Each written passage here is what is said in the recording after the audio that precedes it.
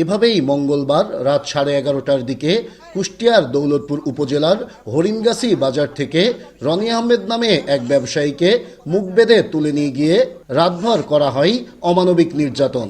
চোর অপবাদ দিয়ে দেশি অস্ত্রের মুখে জিম্মি করে দাবি করা হয় 20 লাখ টাকা। অবশেষে 10 লাখ টাকা দিতে রাজি হওয়ায় মুক্তি পায় ওই যুবক। ভুক্তভোগী রনির অভিযোগ, চাঁদার দাবিতে স্থানীয় প্রভাবশালী মিন্টু সহ তার সহযোগীরা রাতভর তার উপর চালায় অমানবিক নির্যাতন। বর্তমানে কুষ্টিয়া জেনারেল হাসপাতালে চিকিৎসাধীন তিনি। গত রাত্রে আমার হাজবেন্ডকে তারা জোরপূর্বক তুলে নিয়ে যায়। তুলে নিয়ে যাওয়ার পরে তারা চাঁদা দাবি করে। তো আমার হাজবেন্ড সেটা দিতে রাজি না হয়। আমার হাজবেন্ডকে সারা রাত নির্যাতন করে তারা। আমাকে রামদা দিয়ে পায়ে কোপাই, আমার হাতে কোপাই, হকি স্টিক দিয়ে আমাকে একাধিকবার অনেক জায়গায় পিঠে, পেটে, ঘাড়ে, হাতে, পায়ে অনেক জায়গায় মারছে। আমার 3টা হাড়ও ভেঙে গেছে। আমার মামা তো চোর না, ডাকাত না। যদি তো এরকম যদি হবে তাহলে তো আইনও তো ব্যবস্থা করবে।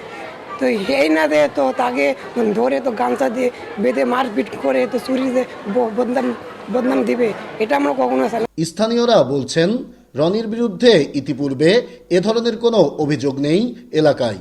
চাঁদা দাবির অভিযোগ ঢাকতেই দেয়া হচ্ছে চুরির অপবাদ। এলাকাতে তার অনেক সুনাম আছে, সে মানুষকে অনেক হেল্প করে।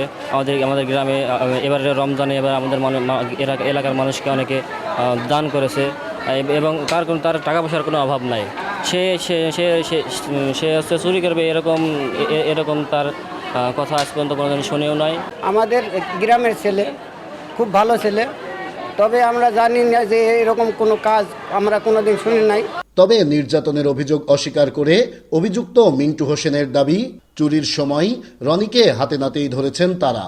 তাকে তো হাতে নাতে ধরা হয়েছে। সে চুরির উদ্দেশ্যে আমাদের গ্রামের অনেকের মোবাইল হারাছে। বিভিন্ন আমার গ্রাম থেকে প্রায় 15-20টা মোবাইল হারাছে। আমারও 3টা হারাইছে। আমার ছোটো বোনের সন্দেহ চেন অর্ধেক ছিঁড়ি নিয়ে চলে গেছে। আমার চাচার 2 লাখ টাকা কিছুদিন আগে পারে নিয়ে চলে গেছে। মানুষ ঘুমাইয়ে থাকে, এই টাইমে এই কামগুলো করে। আর পুলিশ বলছে এ ঘটনায় তদন্ত চলছে, তারপরই নেওয়া হবে ব্যবস্থা। তো কি চুরি করতে গেছিল বা যায় নাই বা অন্য কোনো কারণ আছে কিনা এটা যাচাই করার জন্য তদন্ত চলতেছে। আমরা নতুন কর্তৃপক্ষের সাথে আলাপ করে আইনগত ব্যবস্থা নেব। নির্যাতনকারীদের দৃষ্টান্তমূলক শাস্তির দাবি জানিয়েছেন সচেতন এলাকাবাসী। নাইদা শান্তি দাস, দেশ টিভি, কুষ্টিয়া।